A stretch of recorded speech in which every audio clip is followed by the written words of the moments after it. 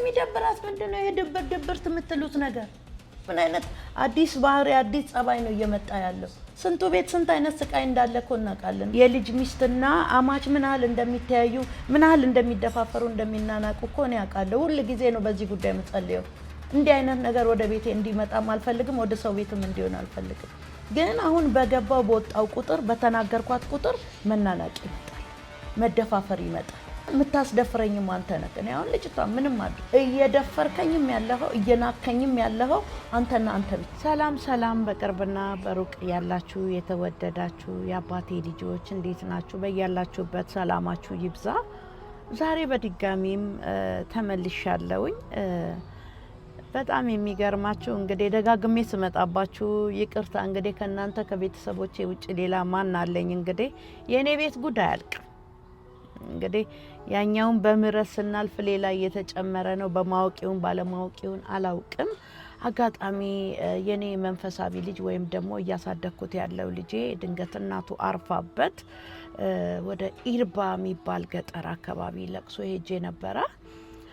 እሱም ስወጣ ችግር እንደሚመጣ ስላወቅኩ አሁን ነው የምመጣው፣ ቀብር አሁን አስቀብሬ እመጣለሁ ብዬ ነው የሄድኩትና በእርግጥ ያው ልጅን የሚያክል ነገር እናቱን አጥቶ በአንድ ቀን አይመጣም እና አድሬ ነው ዛሬ እየመጣው ያለሁትና ማታ በተደጋጋሚ ሼር እየተደረገ ቪዲዮ ተልኮልኛል እና ማሚ ግረፊያቸው፣ ማሚ ተቆጫቸው የሚል ነገር አየሁኝ። ደነገጥኩኝ። ዛሬ ደግሞ ምን ተፈጠረ ምን አደረጉ ይሆን ብዬ እንግዲህ መቼም ልጆች ናቸው ምን ደግሞ ተከሰተ? መቼም ሌላ ነገር እንደማያደርጉ አቃለውኝ።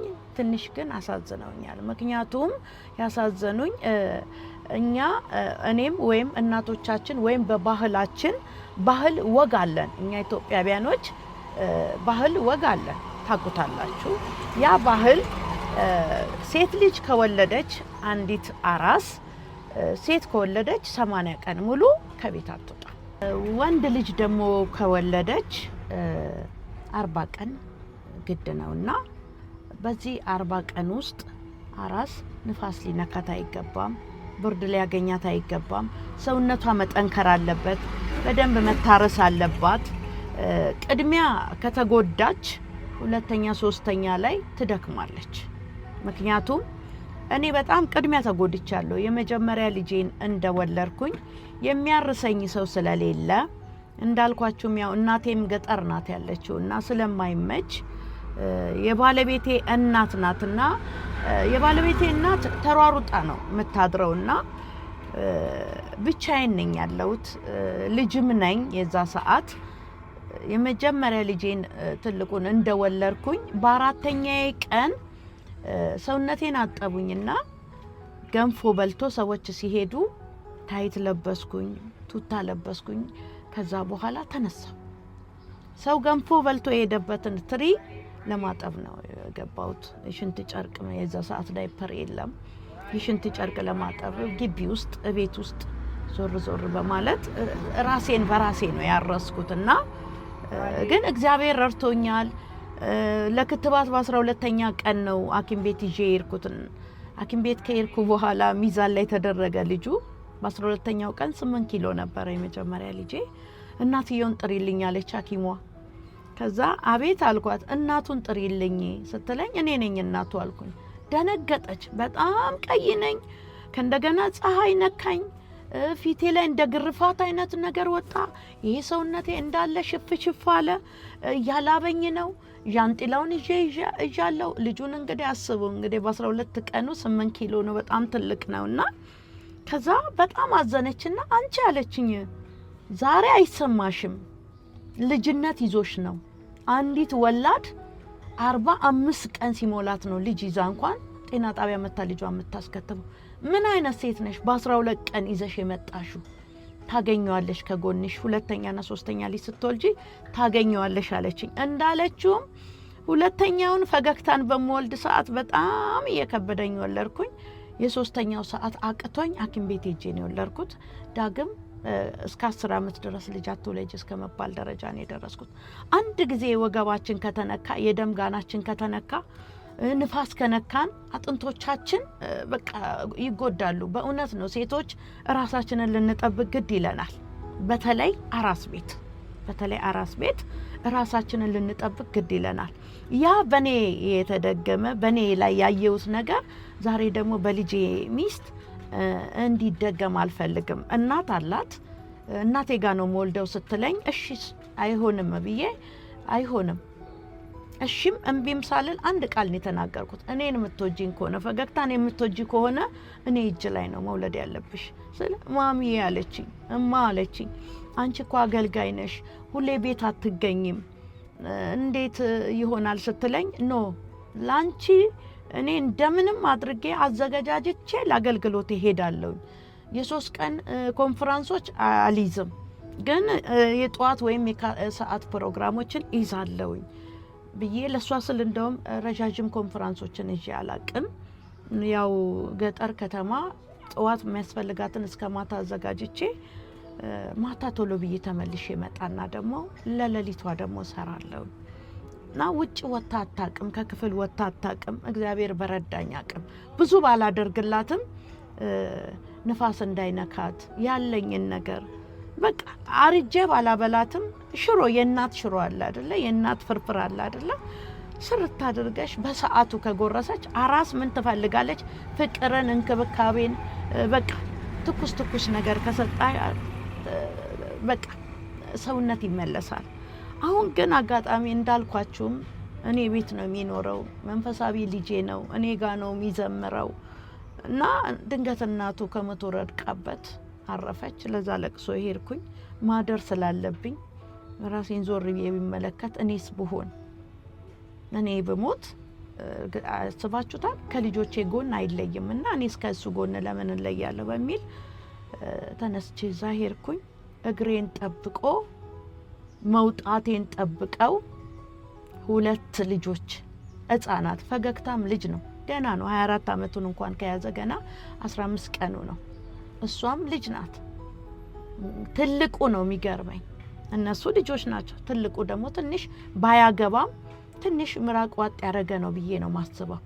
ምክንያቱም ለኔ እሱም ልጅ ነው። በርግጥ እኛ ለክርስቶስ ልጅ ነን። ልጄ ብሎ ነው አይደል የሚጠራ? አብርሃምን ልጄ ብሎ አይደል እንደ እግዚአብሔር የጠራ? አብርሃም ልጄ እኮ ነው ያለው። ስለዚህ እኔም ትልቁ ለኔም ልጅ ነው፣ ግን ትንሽ ያውቃል ያስተውላል ብዬ ያልኩት 2ቱንም ይዘው የነሱ ብቻ አይገርመኝም። አደራ ብዬ እቤት አስቀምጫት እህቴን ከሻሸመኔ ጠርቻት አደራ ልጆቹንም ሌላም ማሳድጋቸው ልጆች ቤት ስላሉ አደራ ልጆች እንዳይራቡ በተቻለሽ መጠን ጠብቂ፣ ህፃኑ እንዳያለቅስ ብዬ ቢሄድ ጭራሽ እነሱን ሸኝታ እሷ ቤት ውስጥ ቤት እየጠበቀች ህፃን ሲያለቅስ ውሎ እነሱም ወጥቶ ሀይቅ ዳርቻ የሚገርም እኮ ነው። ሀይቅ ዳርቻ እንደወለደ ሴት አይደለም ያየዋት፣ በእውነት ነው። ገና እንደተገናኙ አይነት ነገር ሆኖ ሀይቅ ዳርቻ ላይ ወይ ደራርባ እንኳን አለበሰች፣ ወይ ጋቢ አለበሰች፣ ወይ ቱታ አለበሰች። በጣም ነው ውስጤ የደነገጠው። እኔ ድንጋጤ አይድረስባት፣ እኔ በጣም ነው መሳሳላት። እንዴት አድርጌ ግን እንደምቆጣቸው ግራ ነው የገባኝ። ዛሬ 4 ቀን 5 ቀን ነው ደንግጠዋል። በሰሩት ቪዲዮ ያው ተቆራርጦ ደርሶኝ እኔም ደንግጬ አቅም አጥቼ ተቆጥቼ በጣም ነው ይቅርታ የጠየቁኝ። ማታ እንደውም ያለ ቪዲዮ እግሬ ላይ ወድቆ ፈገግታ እግሬን እያጠበ ማሚዬ ምሕረት አድርጊልን፣ እኛ እኮ ለመልካም የሰራነው ነው፣ ጠላት ፎሎወርስ የፈለጉ ቆራርጠው እየለቀቁ ነው እና ይቅርታ አድርጊልኝ አዝነሽ ከሆነ ብሎ ሆዴን ስሞ እግሬን አጥቦ ይቅርታ አድርጊያለሁ። ዛሬስ ደግሞ እስኪ ምን ልበላቸው? እንዴት ልበል? እኔ ደግማ እሷ እንድትደነግጥ አልፈልግም፣ ግን ፈገግታንና ሙሀባን ወይም አቢን እህቴን በጣም እቆጣቸዋለሁ። ምክንያቱም እነሱ ይጠነክራሉ፣ ይችላሉ ቁጣዬን። እሷ ግን አሁን ብደግም ትሳቀቃለች፣ ሌላ ስሜት ውስጥ ትገባለች። እናቴ ቤት ብሆን እንደዚህ ታደርገኛለች የሚል ስሜትም ሊሰማት ይችላል። አውቃለሁ እሷ ሌላት አይችልም አትለኝም፣ አውቃለሁ እንደማትለኝ አውቃለሁ። ግን እንደ ሰው ሆነን ስናስብ ያው ስለምታከብረኝ ለኔ ቦታ ስላላት ድንገት ይሰማት ይሆን ብዬ ገብቼ ያው መክራታለሁ ጉዳት እንዳለው እኔ ላይ ምን አይነት ጉዳት እንደደረሰ እኔን የመታ ድንጋይ እኔ ሴቶች ልጆችን እንዲመታ አልፈልግም እኔን ያየ መከራ ሴት ልጆችን እንዲነካ አልፈልግም ስለዚህ በዘመኔ ሁሉ ህይወቴን እየመሰከርኩ ያለፍኩበትን እየተናገርኩኝ ብዙዎች እንዲማሩ ትግል እንዳለ ማሸነፍ እንዳለ ውድቀት ካለ መነሳት እንዳለ ህመም ካለ ፈውስ እንዳለ መናገር ፈልጋለሁኝና እኔን ያገኘ እንቅፋት እንዲያገኛ ስለማልፈልግ አሁን እሷም ደግሞ የወለደችው ሴት ልጅ ነው እሷ ደግሞ ከኔ ተማረችውን መልሳ ለልጇ ማስተማር እንዳለባት ስለማቅ እሷን እመክራታለሁ አልቆጣትም ልጆቼን ግን እቆጣለሁ ከክፍል ልጃቸው ወጥቼ ሳሎን አስቀምጫቸው እሷ ላይ በር ዘግቼ ትልቁንም እህቴንም ፈገግታንም በጣም ነው የምቆጣው ከቻልኩ ሁሉ ጭናቸው ውስጥ ገብቼ ቆነጥጣቸዋለሁ እኔ ልጆቼ ብቆነጥጣቸውም በመክራቸውም እሺ ብሎ ስለሚሰሙኝ ከኔ አይደለም በእውነት ከእግዚአብሔር የተሰጡኝ ስጦታ ናቸውና የማላፍርባቸው ልጆች አንገት የማልደፋባቸው ልጆች አሉኝ አንገቴን ቀና የሚያደርጉ ልጆች አሉኝ የሚሰሙ በቃ የሚደነግጡ የሚሳሱ ልጆች ስላለኝ ይሄን ላደረገው ለእግዚአብሔር ክብር ምስጋና ይድረሰው እስኪ ወደ ቤት ገባና እንደሌላው ጊዜ ብዙም አልቆጣም ገብቼ ትንሽ አረፈልና እሷን መምከር ባለብኝ ይሄ ለምን ተደረገ እላታለሁ ከዛ ደግሞ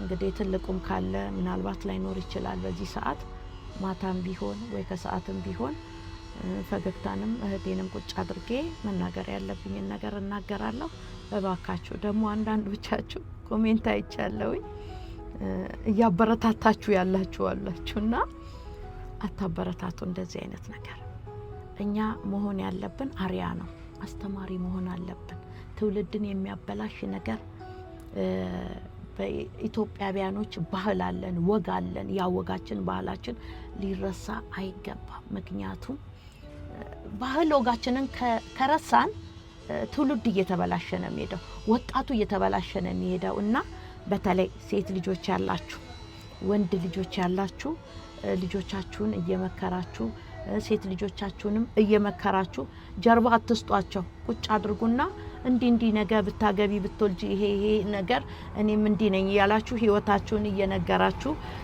ማስተማር አለባችሁ እንግዲህ ዛሬ ዱዲሻን ብዙም አልቆጣትም ዛሬ እንግዲህ ቁጣው ለፈገግታና ለመሐባ ለህቴ ነው እነሱን ቆጣለው በኮሜንት ግን ምከሩልኝ በጌታ በኮሜንት ምከሩልኝ እኔ ወደዚህም የማየው ስጋ ዘመድ የለኝም ድሮም ነግሬያችኋለሁ ልጆቼ ቢከፋቸው እንኳን ሄዶ የሚያርፉበት ቦታ የላቸውም ከኔና ከፈጣሪ ውጪ አንደኛ ፈጣሪ ሁለተኛ እኔ ነኝ አሁን ግን እናንተን ደግሞ ቤተሰብ አድርጎ ሰጥቶኛልና በኮሜንት ፈገግታንም በዱዱም ፔጅ እየገባችሁ ምከሩልኝ እኔም ደግሞ ከተሳሳትኩኝ አርሙኝ ሁሉ ጊዜ እኔ ብቻ ነኝ አዋቂ ማለት አልፈልግም ከናንተም ደግሞ ኮሜንት ፈልጋለሁ አስተያየት ፈልጋለሁ ማሚ ቀጤ እዚህ ቦታ ልክ አይደለሽም እዚህ ጋር ተሳስተሻል ይሄ እንደዚህ አይደለም ስትሉኝ እሰማችኋለሁ ስለምታዳምጡኝ የምለውንም ደግሞ ስለምትሰሙ ሰምታችሁም ደግሞ በኮሜንት ላይ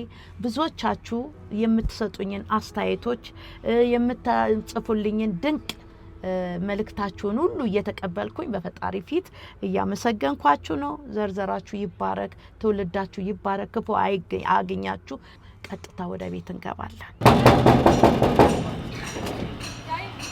እንዴት ናችሁ ሰላም ነው አለኩ እንዴት ነክ ሁሉ ሰላም እንዴት አደራችሁ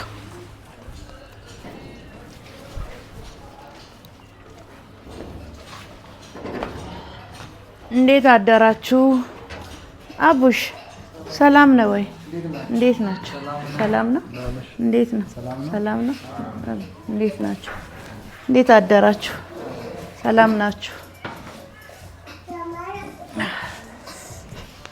ቅዱስና የተፈራ ይዘላል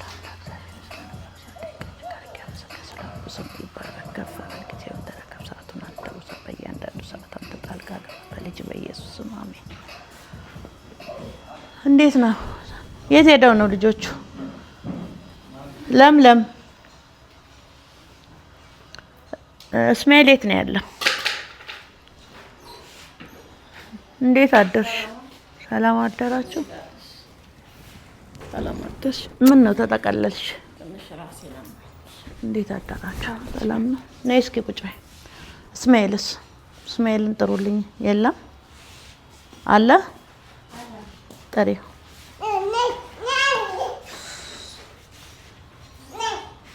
እሷ ተኝታ ነው። አቢስ ወዴት ሄደ?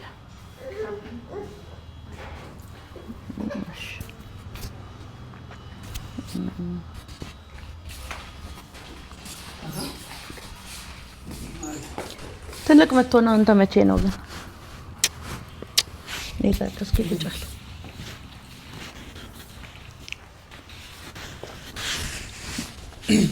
ወንድሜ የት ሄዶ ነው? ወጥቷል። ምንድነው ግን እየተሰራ ያለ ነገር? እኔ ሁሉ ጊዜ ወጥቼ እስከምመለስ ድረስ መሳቀቅ አለብኝ እንዴ? ለቅሶም መድረስ የለብኝም? ሰው ጋር መውጣት የለብኝም? ያንተስ እሺ፣ ያንቺስ ምን ይባላል? ምንድነው የሚለምነው? አትወጣም ገና ናት ብዬ ስለው በፍጹም ብሎ ይባላል እንዴ እንደዛ? ዲመታታ እንዳትወጣ ብዬ ተቆጥቼዋለሁ። እሱም ተቆጣሁትና እሱን ላሳምነው ብዬ ብለው እሱ ለመነኝ። ከዛ እሷ ደግሞ በእናትሽ ትንሽ ንፋስ አግኝቼ ልምጣ። ሲጀመር እኮ እኔ አንቺን ያስቀመጥኩት ይሄ ነገር እንደሚከሰት ስለማቅ፣ ሁለተኛ ብቻዋንም እንዳትሆን ውጪ ስትወጣ ንፋስ እንዳይነካት አደራ ብዬ ሄድኩት። እኔ አሁንም መለሳለሁ ብዬ ነው ሄድኩት። ግን ትላንት ተቀብሮ ትላንት እንዴት እመጣለሁ ብዬ ነው ያደርኩት። ለዚህ ፍራቻ ነው አንቺንም ከዛ ከሻሸመኔ ድረስ እዚህ የጠራሁት እንጂ እኮ እኔ ወይም ልጆቹ ላይ ጥዬ መሄድ አላቃተኝም። ካንቺ አቅም በላይ ሆኖ ነው አሁን እስማኤል። አንተስ አታቅም እንዴ? ቢያንስ አራስ አንድ ወር እንኳን መተኛት የለበትም? እሺ እቺ ልጅ አሁን ምን ነው የሚደብራት? ምንድነው ይሄ ድብርት የምትሉት ነገር እንዴ? ገና ብዙ ጊዜ እኮ አላችሁ ከፊት ለፊት እንዴ። ቲክቶክ ላይ ነው አራሶች ይደብራቸዋል ምናምን ሲባል ከድብርቷ ነው። እኛ ምን ቲክቶክ የመጣው ትላንት አይደለ እንዴ? እኛ ደብረውን እናንተን ስንወልድ ደበረን ብለን እናውቃለን እንዴ? ምን አይነት አዲስ ባህሪ አዲስ ጸባይ ነው እየመጣ ያለው? ይሄ ደበረ፣ የሆርሞን መቀያየር፣ እንደዚህ የመወፈር ምናምን የምታስቡት የምትሉት ሁሉ ጠቅላላ ከባህል ያፈነገጠ ከወግ ከባህል ያፈነገጠ ያልነበረ ሊኖርም የማይገባውን አይነት ነገር ነው እያደረጋችሁ ያላችሁት። እሺ አሁን ትላንትና በቀደም በተለቀቀ ቪዲዮ መጥቼ ተናግሬያት ምን ያህል እንደተሸማቀቀች ምን ያህል እንደተሳቀቀች እኔ ነኝ የማውቀው። አሁንም መናገር አለብኝ እንዴ? ይሰማታል እኮ እግዚአብሔር ረድቶኝ በሷ ፊት እግዚአብሔር ሞገስን ሰጥቶኝ ነው። ስንቱ ቤት ስንት አይነት ስቃይ እንዳለ እኮ እናውቃለን። ስንት አይነት በምን አይነት እይታ ውስጥ እንደሚታዩ የልጅ ሚስትና አማች ምን ያህል እንደሚታዩ ምን ያህል እንደሚደፋፈሩ እንደሚናናቁ እኮ ነው ያውቃለሁ። ሁሉ ጊዜ ነው በዚህ ጉዳይ የምጸልየው። እንዲህ አይነት ነገር ወደ ቤቴ እንዲመጣም አልፈልግም፣ ወደ ሰው ቤትም እንዲሆን አልፈልግም። ግን አሁን በገባው በወጣው ቁጥር በተናገርኳት ቁጥር መናናቅ ይመጣል፣ መደፋፈር ይመጣል። ልታስከብረኝም የምትችለው አንተ ነህ፣ የምታስደፍረኝም አንተ ነህ። እኔ አሁን ልጅቷ ምንም አድርግ ያለላትም እኔ ዱዱን በቃ ከመምከር ውጪ ልቆጣት አልችልም። ግን እየደፈርከኝም ያለኸው እየናከኝም ያለኸው አንተና አንተ ብቻ ነህ። ለአንተ እኮ ነው እንዴ? እኔ እኮ አባተ ቤት ውስጥ እኮ የሚያርሰኝ አጥቼ በ4 ቀን ተነስቻለሁ። ግን ሶስተኛ ልጅ ላይ ምንድነው የተባልኩ? ከ10 አመት በኋላ እንዳትወልጂ እስከ 10 አመት ድረስ እንዳትወልጂ ተብዬ ነው የተከለከልኩት። ሌላ ነገር ሆኜ አዎ፣ አንደኛ አጥንቶችን ብርድ ይገባል፣ ውጋት ይጀምራል፣ አቅም ታጣለ፣ ሰውነት ይከሳል። ንፋስ ሲመታ የወፈረ ገላ ባንዴ ነው ሙጭሽ የሚለው። ክፍት እኮ ነው ሰውነቷ። ስታምጥ ሙሉ ሰውነቶቿ እኮ ነው የሚከፋፋተው። እንዴ ቢያንስ አትጠይቁኝም እንዴ? ለምን ታደርጉኛላችሁ? በቃ ሰውስ ደግሞ ምንድነው የሚለኝ? እውነት ትክክለኛ የወለደች እናቷ ብትሆን ኖሮ እንደዚህ ታደርጋታለች? አውጥታ ሜዳ ላይ እንዲህ ታደርጋለች እባላለሁኝ እኮ የኔን ውስጤን የማያውቅ ሰው። እግዚአብሔር የረዳው ሰው ብቻ ነው ማሚ ጥሩ ሰው ናት ሊለኝ የሚችለው።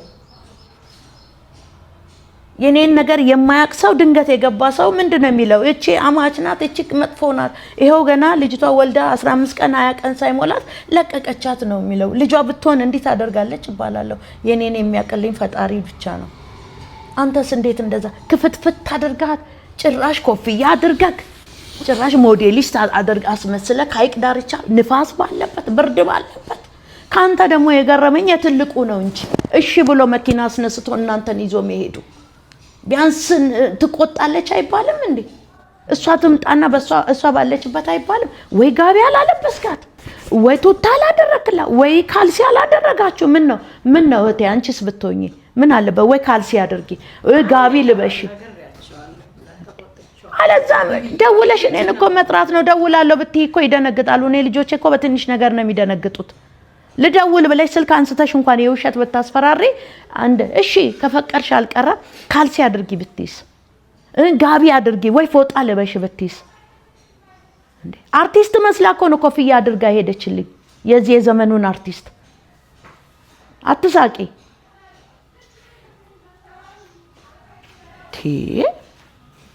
ምንድነው የሚኮነው? አንተ ምንድነው ማድረግ የሚችለው? ለምን ስሜን ታስጠፋኛለህ? ለምንድነው ማትጠነቀቀው? ስለኔ ትጫወታለህ፣ ትዘላለህ። አላለቀም ጊዜው ገና ነው። እናንተ ከፈቀዳችሁ ህፃኑን እኔ ወስጄ እኮ ይሙላ 40 ቀን ይሙላትና 80 ቀን ይሙላትና ወንድ ነው 40 ቀን። ሴት የወለደች ግን ሴት አምጣ የወለደች እናት 80 ቀን ማለት 3 ወር ሙሉ በቤት ውስጥ ነው የምትቀመጠው። ለሽንት እንኳን ውጭ አትወጣም። አሁን እግዚአብሔር ይመስገን ቴክኖሎጂው ጥሩ ሆኖ ሻወር ሽንት ቤት መኝታ ቤት ውስጥ ሆነ እንጂ እኛ እኮ 80 ቀን ሴት ባልወልድም ሴት የወለዱትን አውቃለሁ። እናቶች ወይ እናቷ ወይ እህቷ ናት የተጸዳዳችውን እንኳን ሽንት ቤት ወስዶ የሚደፉት። ለዚህ ነው ንፋስ እንዳይነካ ይባላል፣ ምች አለ ይባላል፣ ግርፋት አለ ይባላል፣ ፊት ላይ የሚወጣ ነው። አሁን ወጥቼ እኮ ነው ፊቴ ሁሉ ተበላሽቶ በሽፍታ እንዴት ተበላሽቼ እንደመጣው ነው የማውቀው። አሁን ብትታመምስ እቺ ልጅ እኔ ቤቴን እግዚአብሔር አምላክ ጠብቆት ስለሆነ ነው እንጂ ክፉ ወደ እኔን ቤት እንዳይመጣ በክርስቶስ ኢየሱስ ደም የተሸፈነ ስለሆነ ነው እንጂ መደንገጥ አለ፣ መታመም አለ፣ ትኩሳት አለ፣ ግርፋት አለ፣ ብዙ ነገር አለ። ምክንያቱም ይሄ ሙሉ ሰውነታችን ከፀጉራችን አንስቶ እስከ እግር ጥፍር ድረስ ክፍት ነው። ስታምጥ ሙሉ ነገሯ ነው። በዛ ላይ ሙሉ ሰርጀሪ ናት። ቁስሉ አልደረቀ እንዴ? ሱሪስ አድርጋ ስትሄድ ይሄንን የተሰፋው ቦታስ ቢከፈትስ ድጋሚ ሰርጀሪ ይደረጋል። አንድ ጊዜ የሴት ልጅ ሰውነት መከፋፈል ከተጀመረ ጤናማ አትሆንም። እባክህን አዳምጠኝ እባክህን። ተው ስሙ ተው፣ ትሰማኛለህ? አሁን ግን መስማት እያቆምክ ነው። እያደክ ነው መሰለኝ አላቅም። ስለወለድክ አትናገረኝ ማሚ ብላ አስበ ከሆነ በፍጹም እኔ መናገሬን አልቆምም። እቺ አንደበቴ ዝም እስከምትል ወደ አምላኬ እስከሚሄድ አንተን ልጆቼን መቆጣት መናገር አላቆምም። ምክንያቱም ለሰው ትልቅ ልትመስሉ ትችላላችሁ፣ ለኔ ግን ገና የአንድ ወር ህፃን ናችሁ። በቃ ምንም አግብተ ልጅ ብትወልድ አሁንም ደግመ ብትወልድ ለኔ ሁሌም ልጅ ነው።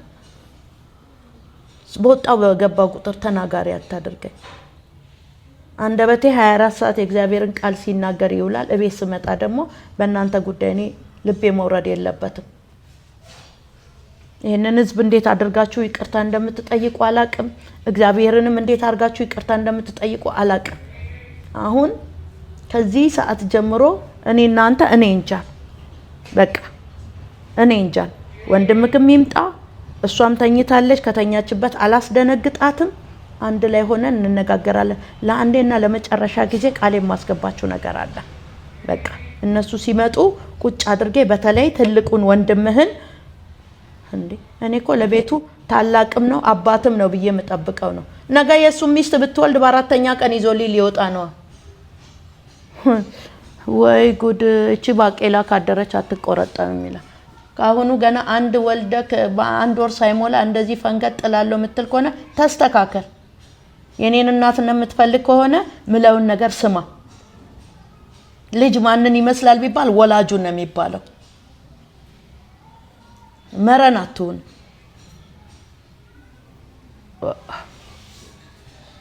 ሲመጡ እንነጋገራለን።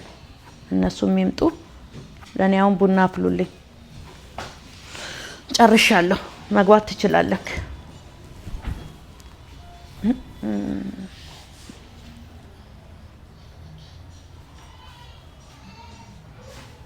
ሕፃን ልጅ እያስለቀሳችሁ አሁን ቢያንስ እነሱ ሄደው ውለው ነው የመጡት። በጡጦ ብቻ ዋልሻትስ አላለቀሰችም? ሕፃኗስ ባለቀሰች ቁጥር እንጥሎ አይመጣም? እሺ ትንሽ በጣም ስታስቸግረኝ ጡቴ ነበር። የደረቀ ጡት አጠባሻት። እንጥላ ቢመጣስ? ከምታለቅስ አይ አምላኬ፣ ያንቺ ደግሞ ይባስ፣ ያንቺ ደግሞ ይባስ የባሰ። አንቺ አሁን ለነገም እኮ ታማኝ አትሆኝም። መኖር እንዳለ እኮ መሞት አለ። ወጥቼም ላልመለስ እችላለሁ። ኃላፊነት ብዬ እስከሰጠውሽ አደራ ብዬ እስከሰጠውሽ ነገ ልትሸከሚ ግድ ይልሻል እኮ። ምንም ብትሆን ለኔ የመጨረሻ ታናሽ እህት ነሽ አይደል እንዴ? አደራ የተሰጠሽን ነገር አደራ መጠበቅ ነው።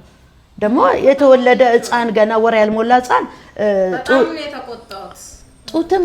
ጡትም አይሰጥም፣ እንጥል ያመጣል። ይሄ የእንጀራ እናት ደረቅ ጡት አይሰጥም። ምክንያቱም በሳቡ ቁጥር እንጥላቸው ይመጣል።